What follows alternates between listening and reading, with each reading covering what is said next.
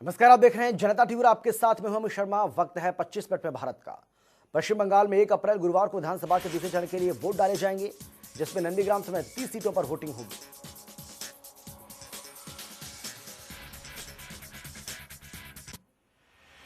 गौरतलब है कि नंदीग्राम में ममता बनर्जी और अमित शाह दोनों ने जबरदस्त प्रचार किया। शाह ने फिर से दावा किया कि बंगाल में बीजेपी 200 से ज्यादा सीटें जीतेगी। वहीं ममता ने भी बीजेपी को चुनाव में हराने का दम भरा है। आपको बता दें कि पश्चिम बंगाल में 8 चरणों में मतदान हो रहे हैं। पहला चरण 27 मार्च को था, तो वहीं आखिरी चरण के लिए 29 अप्रैल को वोटिंग होगी। इसके बाद 2 मई को चुनाव के नतीजे घोषित किए जाएंगे। पश्चिम बंगाल चुनाव में किसी भी तरह की गड़बड़ी ना हो, इसके लिए इलेक्शन कमीशन में बड़ी कार्रवाई की है और कोलकाता के बल्लीगंज विधानसभा क्षेत्र के रिटर्निंग ऑफिसर सहित 3 अधिकारियों को हटा दिया। चुनाव आयोग ने पश्चिम बंगाल के मुख्य निर्वाचन अधिकारी को भेजे एक पत्र में कहा कि बल्लीगंज सीट के लिए आरओ को तत्काल एक गैर चुनाव पोस्ट पर ट्रांसफर किया जाए।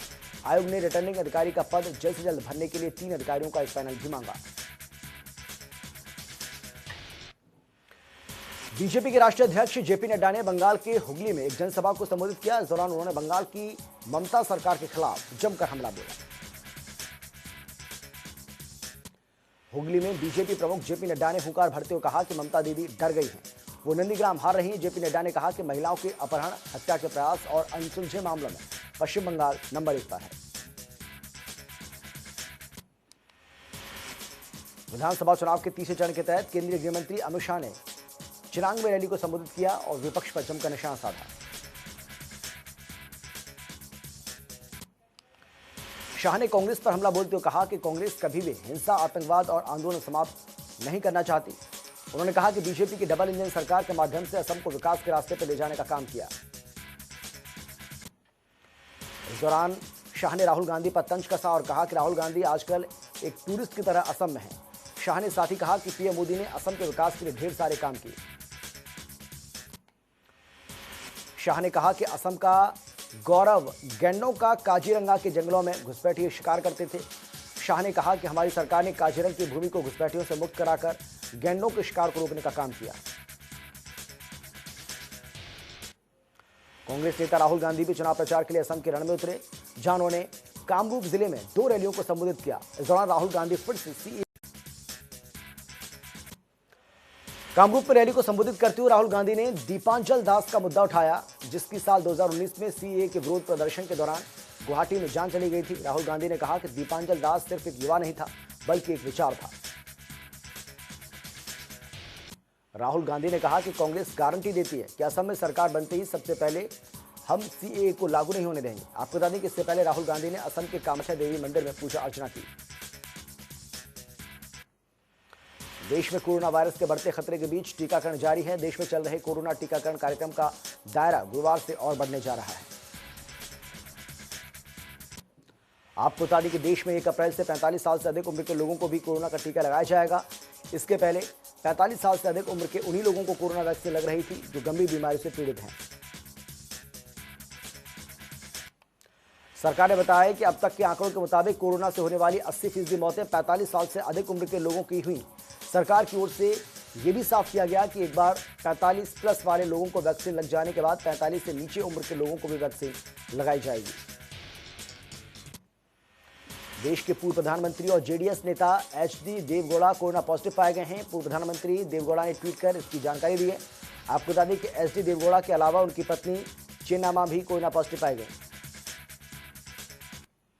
कोरोना संक्रमित होने के बाद एचडी देवगौड़ा और उनकी पत्नी सेल्फ आइसोलेट हो गए। साथ ही देवगौड़ा ने संपर्क में आए लोगों से टेस्ट करवाने की अपील की। आपको बता दें कि एचडी देवगौड़ा 1 जून 1996 से लेकर 21 अप्रैल 1997 तक देश के प्रधानमंत्री रहे। देश में कोरोना वायरस की ताजा लहर का एपिसेंटर महाराष्ट्र बनता दिख रहा है। इस बीच बीएमसी के कमिश्नर इकबाल सिंह चहल ने बयान दिया है, मुंबई में कोरोना की दूसरी लहर शुरू हो गई। मुंबई में सिर्फ 49 दिनों में 91,000 कोरोना के केस रिपोर्ट किए गए। बीएमसी के कमिश्नर के मुताबिक मुंबई में सभी 74,000 मामले ऐसे हैं जिनमें कोरोना के कोई लक्षण नहीं है, यानी कोरोना अब एक साइलेंट किलर के रूप में उभरता दिख रहा है।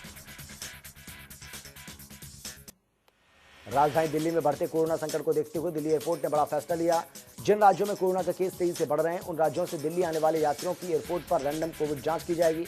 जो भी यात्री कोरोना पॉजिटिव पाया जाएगा उसे क्वारंटीन में रहना अनिवार्य होगा। देश में लगातार बढ़ रहे कोरोना के मामलों को देखते हुए केंद्रीय स्वास्थ्य मंत्रालय ने प्रेस कॉन्फ्रेंस की, जिसमें स्वास्थ्य मंत्रालय ने माना कि देश में कोरोना के मामले बढ़ रहे हैं, लेकिन इसका असर कुछ जिलों पर ज्यादा है। खासतौर पर महाराष्ट्र में सबसे ज्यादा नए मामले सामने आ रहे हैं।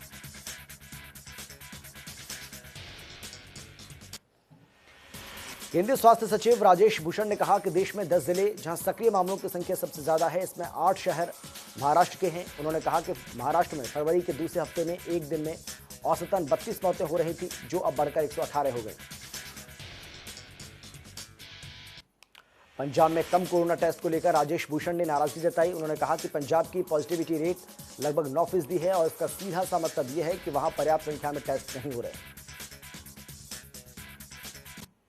केंद्रीय स्वास्थ्य सचिव राजेश भूषण ने सभी राज्यों और केंद्र शासित प्रदेशों के सचिवों को पत्र लिखा। पत्र में राजेश भूषण ने लिखा कि कोरोना वायरस के फैलते संक्रमण को देखते हुए जिला लेवल पर सख्त कदम उठाए जाने की जरूरत है। उत्तर प्रदेश की मुख्यमंत्री योगी आदित्यनाथ ने प्रदेश में बढ़ते कोरोना के मामलों को देखते हुए कर्मचारियों को एक खास सुविधा देने की घोषणा की है, जिसके तहत प्रदेश में अब सरकारी और निजी कंपनियों में काम करने वाले कर्मचारियों को कोरोना वैक्सीनेशन के लिए एक दिन की छुट्टी दी जाएगी। मुख्यमंत्री योगी ने कोविड-19 संक्रमण को देखते हुए प्रदेश में पूरी सतर्कता बरतने के निर्देश दिए। उन्होंने कहा कि प्रदेश में कोरोना टेस्टिंग का कार्य क्षमता से संचालित करें और संदिग्ध मामलों में अनिवार्य रूप से RT-PCR टेस्ट किए जाएं। महाराष्ट्र सरकार के मंत्री अनिल देशमुख पर लगे आरोपों की जांच के लिए उद्धव ठाकरे सरकार ने एक समिति गठित की है। आपको बता दें कि प्रदेश के गृह मंत्री अनिल देशमुख पर मुंबई के पूर्व पुलिस कमिश्नर परमवीर सिंह ने भ्रष्टाचार के आरोप लगाए थे। इस एक सदस्यीय जांच समिति के प्रमुख हाई कोर्ट के रिटायर्ड जज कैलाश चंदीवाल होंगे। उन्हें 6 महीने में अपनी रिपोर्ट महाराष्ट्र सरकार को सौंपने का समय दिया गया है। मुख्यमंत्री उद्धव ठाकरे ने इस मामले में जांच कराने का फैसला खुद किया था, जिसकी जानकारी अनिल देशमुख ने ही रविवार को दी थी। उन्होंने बताया कि सीएम ने मुंबई के पूर्व पुलिस कमिश्नर परमवीर सिंह के आरोपों की जांच का फैसला किया है। मुंबई के एंटीलिया केस में हर रोज नए नए खुलासों में जांच एजेंसी एनआईए की नींद उड़ा रखी है। एनआईए की ताजा तफ्तीश में मनसुख हिरेन के हत्या आरोपी विनायक शिंदे के घर से एक डायरी मिली, जिसमें कई चौंकाने वाले खुलासे हुए। डायरी से खुलासा हुआ है कि विनायक शिंदे ठाणे शहर के बार और पब से प्रोटेक्शन मनी के नाम पर वसूली करता था और ये वसूली सचिन वाजे के नाम पर होती थी। इस डायरी में उन बार और पब का नाम है। उनके नाम के सामने हर महीने की वसूली तय राशि है। वहीं इन पब और बार से वसूली रकम में से कुछ हिस्सा सचिन वाजे विनायक शिंदे को कमीशन के तौर पर देते थे। जानकारी के मुताबिक इसी कमीशन के लालच में विनायक शिंदे सचिन वाजे की तरफ से रची गई मनसुख हिरेन हत्याकांड की साजिश का हिस्सा बना था। केंद्रीय गृह मंत्री अमित शाह और एनसीपी अध्यक्ष शरद पवार की अहमदाबाद में गुप्त मुलाकात की खबरों पर सियासत जारी है। शिवसेना ने एक बार फिर से सामना अखबार के अपने संपादकीय में अमित शाह और शरद पवार की मुलाकात पर खबरों को अफवाह बताते हुए बीजेपी पर तंज कसा। सामना में बीजेपी पर हमला करते हुए कहा गया कि बीजेपी अपनी विफलता और निराशा के चलते सक पकाई हुई है। साथ ही कहा गया कि बीजेपी भी अपनी गुप्त बीमारी से जल्द ठीक हो।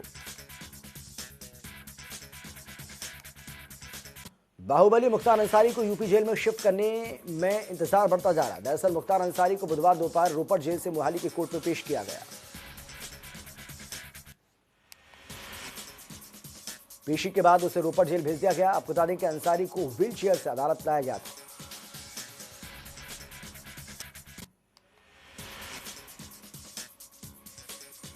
आर्मी चीफ जनरल नरवणे का एक बयान सामने आया है। नरवणे ने कहा है कि भारत ने चीन के साथ तनाव के दौरान अपनी जमीन का 1 इंच हिस्सा भी नहीं खोया। नरवणे ने कहा कि भारत की सेनाएं जिन महत्वपूर्ण जगहों पर थीं, भारत के पास वो जमीन पहले थी, भारत के पास वो जमीन अब भी है। उन्होंने कहा कि हम विवाद से पहले वाली स्थिति में आ चुके हैं। इसके साथ ही नरवणे ने यह भी कहा कि भारत और चीन का कई मुद्दों पर तनाव है और ये समूचे एलएसी पर दिखता है। उन्होंने कहा कि अभी दोनों सेनाएं पीछे भले ही हट गए हैं, लेकिन तनाव की वजह से नियमित गश्त शुरू नहीं हुई। भारतीय वायुसेना के बेड़े में 3 और राफेल विमान शामिल होने वाले। फ्रांस से राफेल की नई खेप के बाद भारत में राफेल की संख्या बढ़कर 14 हो जाएगी। आपको बता दें कि भारत ने फ्रांस के साथ 2016 में 58,000 करोड़ रुपए में 36 राफेल जेट की डील की थी। ड्रग्स मामले में एनसीबी की टीम ने बड़ी कार्रवाई करते हुए एक्टर एजाज खान को गिरफ्तार कर लिया। एजाज खान को मुंबई एयरपोर्ट से हिरासत में लिया गया। इसके अलावा एजेंसी ने ड्रग्स सिलसिले में मुंबई के 2 ठिकानों पर छापेमारी भी की।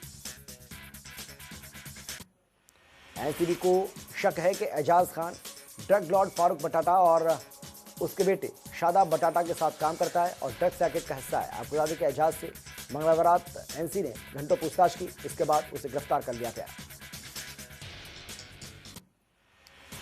गौरतलब है कि इससे पहले एनसीबी ने ड्रग लॉर्ड फारूक बटाटा से करीब 8 घंटे तक पूछताछ की थी और फिर जाने दिया। फारूक के बेटे शादाब को पिछले हफ्ते ही एनसीबी ने एक छापेमारी के दौरान गिरफ्तार किया था। उसके पास से करीब 2 करोड़ रुपए की ड्रग्स की खेप बरामद हुई थी। उत्तरी दिल्ली नगर निगम में मास्क को लेकर एक प्रस्ताव को मंजूरी दी गई, जिसके मुताबिक उत्तरी दिल्ली के रेस्टोरेंट और दुकानदारों को अब यह बताना होगा कि जो मीट वो बेच रहा है या परोस रहा है वो हलाल है या झटका। उत्तरी नगर निगम के इस फैसले के साथ ही दिल्ली के तीनों नगर निगम में यह फैसला लागू हो गया। दरअसल ऐसा ही प्रस्ताव पूर्वी दिल्ली नगर निगम और दक्षिणी नगर निगम में भी पास हो चुका है। राजधानी दिल्ली के बड़े अस्पतालों में एक सफदरजंग हॉस्पिटल में अचानक से आग लग गई। जानकारी के मुताबिक आग लगने की यह घटना बुधवार सुबह 7 बजे हुई। आपको बता दें कि आग अस्पताल के मेन आईसीयू में लगी। सफदरजंग हॉस्पिटल में आग लगते ही दमकल की 10 गाड़ियां मौके पर पहुंची और कुछ देर में आग पर काबू पा लिया। इस दौरान आईसीयू से 50 से ज्यादा मरीजों को बचाया गया। हादसे में किसी के हताहत होने की कोई सूचना नहीं। 1 अप्रैल 2021 से वित्त वर्ष 2021-22 की शुरुआत हो रही है।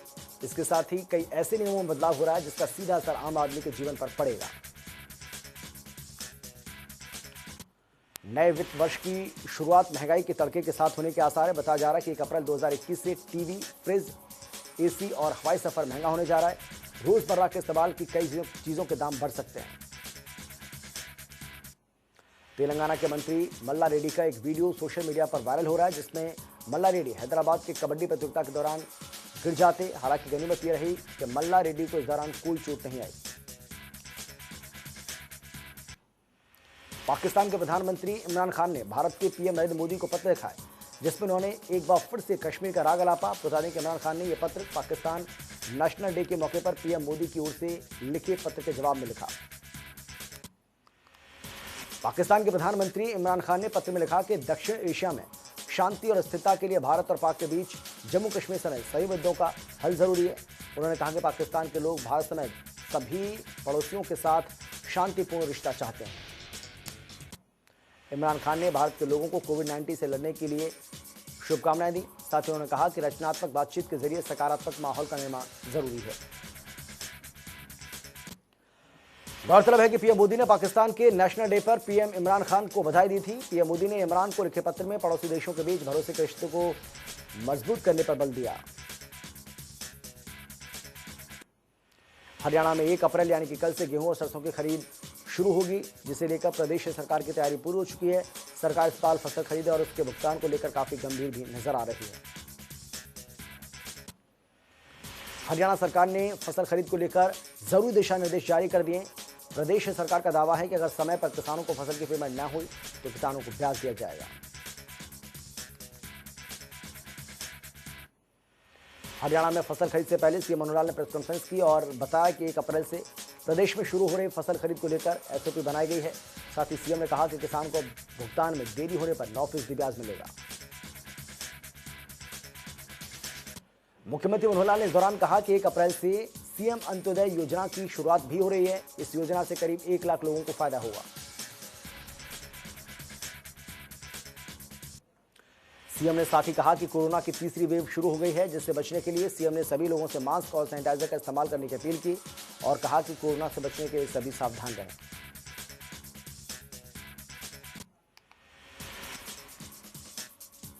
किसानों के विरोध के बीच औद्योगिक नगरी पानीपत में प्रदेश के डिप्टी सीएम दुष्यंत चौटाला जिला कष्ट निवारण कमेटी की बैठक लेने पहुंचे। डिप्टी सीएम ने लोगों की लंबित शिकायतों को सुना और अधिकारियों को जल्द से जल्द समस्याओं का समाधान करने का निर्देश भी जारी किया। कष्ट निवारण कमेटी की बैठक के बाद दुष्यंत चौटाला ने इनेलो नेता अभय चौटाला पर निशान साधा और एक बार फिर से उन्हें गंभीर राजनेता मानने से इनकार कर दिया।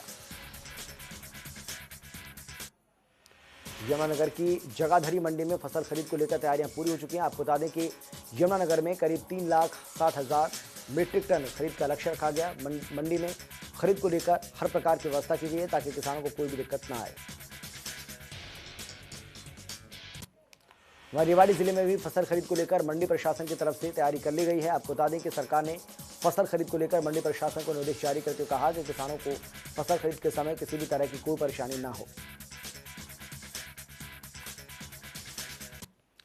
वहीं बहादुरगढ़ मंडी में जिला प्रशासन ने फसल खरीद के लिए सारी तैयारियां पूरी कर ली हैं, लेकिन जिन किसानों ने मेरी फसल मेरा ब्यौरा पोर्टल पर रजिस्ट्रेशन नहीं करवाया वो किसान मंडी में अपनी फसल को नहीं ला पाएंगे। बहादुरगढ़ मंडी के साथ साथ असौदा मंडी में फसल की खरीद की जाएगी।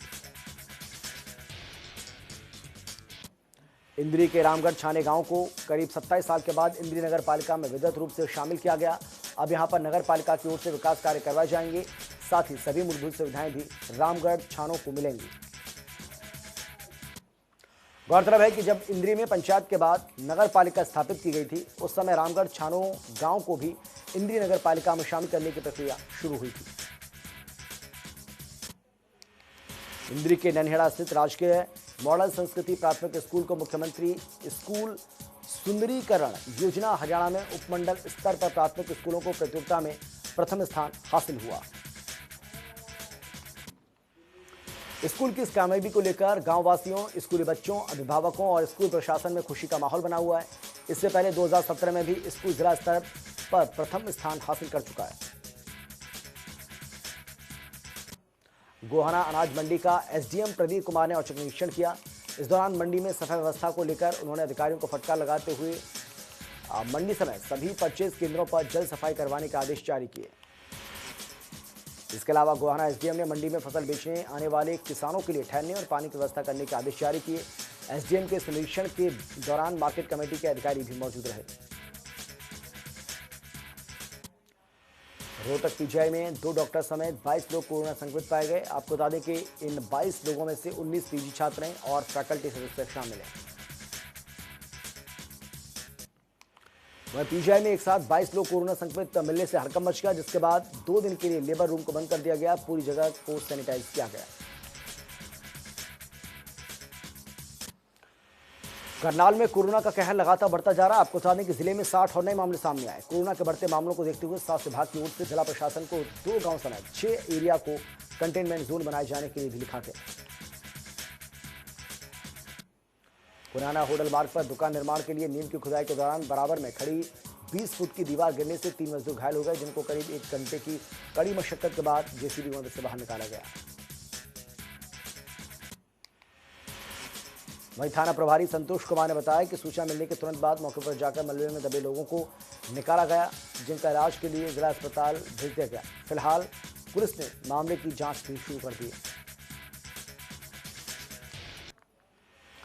करनाल के सोकड़ा गांव में एक बुजुर्ग किसान की तालाब में गिरने से मौत हो गई। किसान बुढ़ापा पेंशन के लिए गांव में आया था, जिसके बाद मंदिर में बने तालाब में किसान का पैर फिसल गया और मौत हो गई। फिलहाल पुलिस ने शव को कब्जे में ले लिया, पोस्टमार्टम के लिए भेज दिया। रतिया में चोरों के हौसले लगातार बुलंद हैं। ताजा मामला टोहाना रोड से सामने आया, जहां चोर दुकान से हजारों की नकदी और सामान लेकर फरार हो गए। पुलिस ने सीसीटीवी फुटेज के आधार पर मामले की जांच भी शुरू कर दी। अंबाला सीआईए पुलिस ने एक दंपति को ब्लैकमेलिंग करते रंगे हाथों पकड़ा। दरअसल अंबाला दुष्कर्म की शिकार महिला और उसका पति आरोपियों को ब्लैकमेल करते और उनसे मामले में फैसले के नाम पर मोटी रकम मांगी जाती। दुष्कर्म से पीड़ित महिला और उसका पति कई बार आरोपियों से रकम ऐंठ चुके थे, जिसके बाद आरोपी ने पुलिस को शिकायत दी और दंपति को 1 लाख रुपए देते सीआईए पुलिस के हाथों गिरफ्तार करवा दिया। सोनीपत की सीआईए 2 स्टाफ पुलिस ने अंतर्राज्यीय गैंगस्टर रामकरण निवासी दयापुर को गिरफ्तार कर लिया है। आपको बता दें कि गैंगस्टर विदेश भागने के फिराक में था। गिरफ्तार आरोपियों को 5 दिन की पुलिस रिमांड पर लिया गया है। आपको बता दें गैंगस्टर रामकरण पर लूट और हत्या के 28 मामले दर्ज हैं। हिमाचल के मुख्यमंत्री जयराम ठाकुर ने प्रदेश के लोगों से कोरोना महामारी के प्रति और ज्यादा सतर्क रहने का आह्वान किया है। उन्होंने कहा कि इस बार यह वायरस ज्यादा प्रभावशाली और खतरनाक बनकर लौटा है। मुख्यमंत्री जयराम ठाकुर शिमला से लाहौल स्पीति जिले के स्नो फेस्टिवल के समापन समारोह में शामिल हुए और कहा कि 75 दिनों तक चलने वाले स्नो फेस्टिवल जिले की समृद्ध संस्कृति और परंपराओं को बढ़ावा देता है। इसके साथ ही उन्होंने कहा कि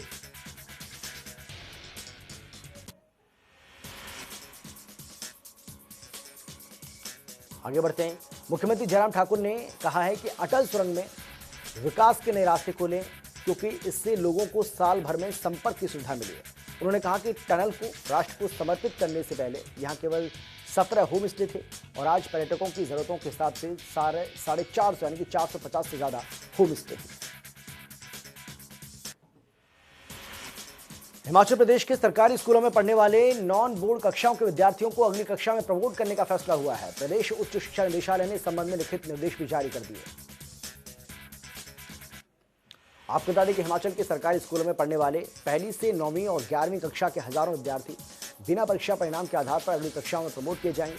आपको बता दें कि सरकार ने कोरोना संक्रमण के मद्देनजर यह फैसला लिया। शिमला जिला के रामपुर में कोरोना से बचाव के लिए टीकाकरण अभियान तेजी से जारी है। फ्रंटलाइन और स्वास्थ्य कर्मियों के बाद वरिष्ठ नागरिकों को टीका लगाया जा रहा है। आपको बता दें कि अब तक 6000 से ज्यादा लोगों को टीका लगाया जा चुका है।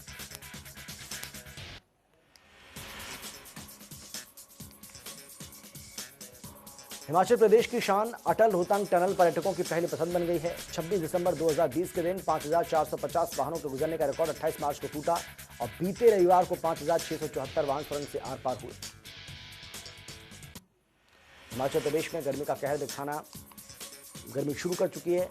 मैदानी जिलों के साथ साथ अब पहाड़ी क्षेत्रों में भी लोग गर्मी से परेशान दिख रहे हैं। मंगलवार को ऊना में अधिकतम तापमान 36 डिग्री सेल्सियस दर्ज किया गया। हालांकि आगामी दिनों में बारिश के आसार है। दुनिया भर में कोरोना के कुल मामलों की संख्या 12,87,78,000 को पार कर चुकी है, जिसमें से 28 लाख से ज्यादा लोग अपनी जान गंवा चुके हैं, तो वहीं 10,35 लाख से ज्यादा लोग ठीक भी हो गए। भारत में कोरोना का ग्राफ फिर से लगातार बढ़ रहा है। फिर देश में कोरोना के 53,125 नए मामले सामने आए, जबकि 41,000 से ज्यादा मरीज ठीक हो गए। बीते 24 घंटे में 355 लोगों ने अपनी जान गंवा दी कोरोना की वजह से। भारत में कोरोना संक्रमितों की संख्या 1,21,14,000 को पार कर गई। इनमें से करीब 1,14,00,000 मरीज ठीक हो चुके हैं, तो वहीं करीब 1,62,000 से ज्यादा लोग अपनी जान गंवा चुके हैं। देश में कोरोना के सबसे ज्यादा मामले महाराष्ट्र से सामने आए। महाराष्ट्र में कोरोना के 27,000 नए मामले सामने आए, जिसके बाद कुल मामले 27,75,000 को क्रॉस कर गए, जिसमें से करीब 3 लाख से ज्यादा मरीजों का इलाज चल रहा है।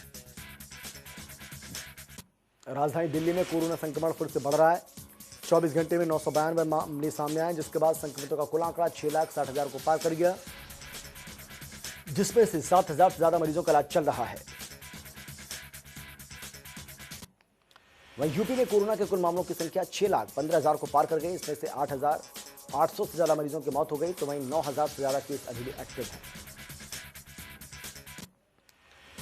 हरियाणा में कोरोना संक्रमितों का कुल आंकड़ा 2,89,000 को पार कर गया। इसमें से 2,75,000 से ज्यादा मरीज ठीक हो गए, तो वहीं 9,000 से ज्यादा मरीजों का इलाज चल रहा है। आबू धाबी में विशाल हिंदू मंदिर की नींव का निर्माण कार्य अंतिम चरण में है। करीब 888 करोड़ रुपए की लागत से बन रहे इस मंदिर के निर्माण में भारत में मौजूद पत्थरों का भी इस्तेमाल किया जा रहा है। आपको बता दें कि मंदिर इस 27 एकड़ क्षेत्र में बनवाया जा रहा है।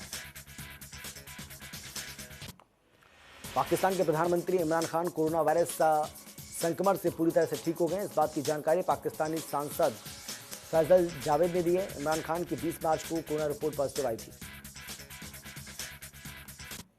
तंजानिया में दिवंगत राष्ट्रपति जॉन मागुफुली के पार्थिव शरीर के दर्शन के दौरान भगदड़ होने से 45 लोगों की मौत हो गई। तंजानिया पुलिस इस बात की जानकारी दी है। आपको बता दें कि मागुफुली अपनी नेतृत्व शैली को लेकर लोगों के तबके के बीच काफी लोकप्रिय थे। अमेरिकी महिला उद्योगपति के दावों को लेकर ब्रिटेन के प्रधानमंत्री बोरिस जॉनसन विवादों में घिर गए। अमेरिकी उद्योगपति का दावा है कि ब्रिटेन के प्रधानमंत्री ने उनके साथ कई बार यौन संबंध बनाए। इस मामले को लेकर जॉनसन के खिलाफ जांच भी शुरू हो गई। आईपीएल के 14वें एडिशन के लिए दिल्ली कैपिटल्स ने ऋषभ पंत को अपना कप्तान बनाया है। आपको बता दें कि पंत चोटिल श्रेयस अय्यर की जगह लेंगे, जो कंधे में चोट के चलते इसी T20 लीग से बाहर हो गए थे। आपको बता दें कि इसी के साथ 23 साल के पंत आईपीएल में 5वें सबसे कम उम्र के कप्तान बन गए।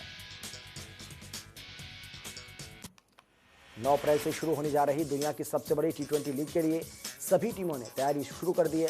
इसी कड़ी में दिल्ली कैपिटल्स के खिलाड़ियों ने जमकर पसीना बहाया, जिसका वीडियो टीम ने सोशल मीडिया पर शेयर किया।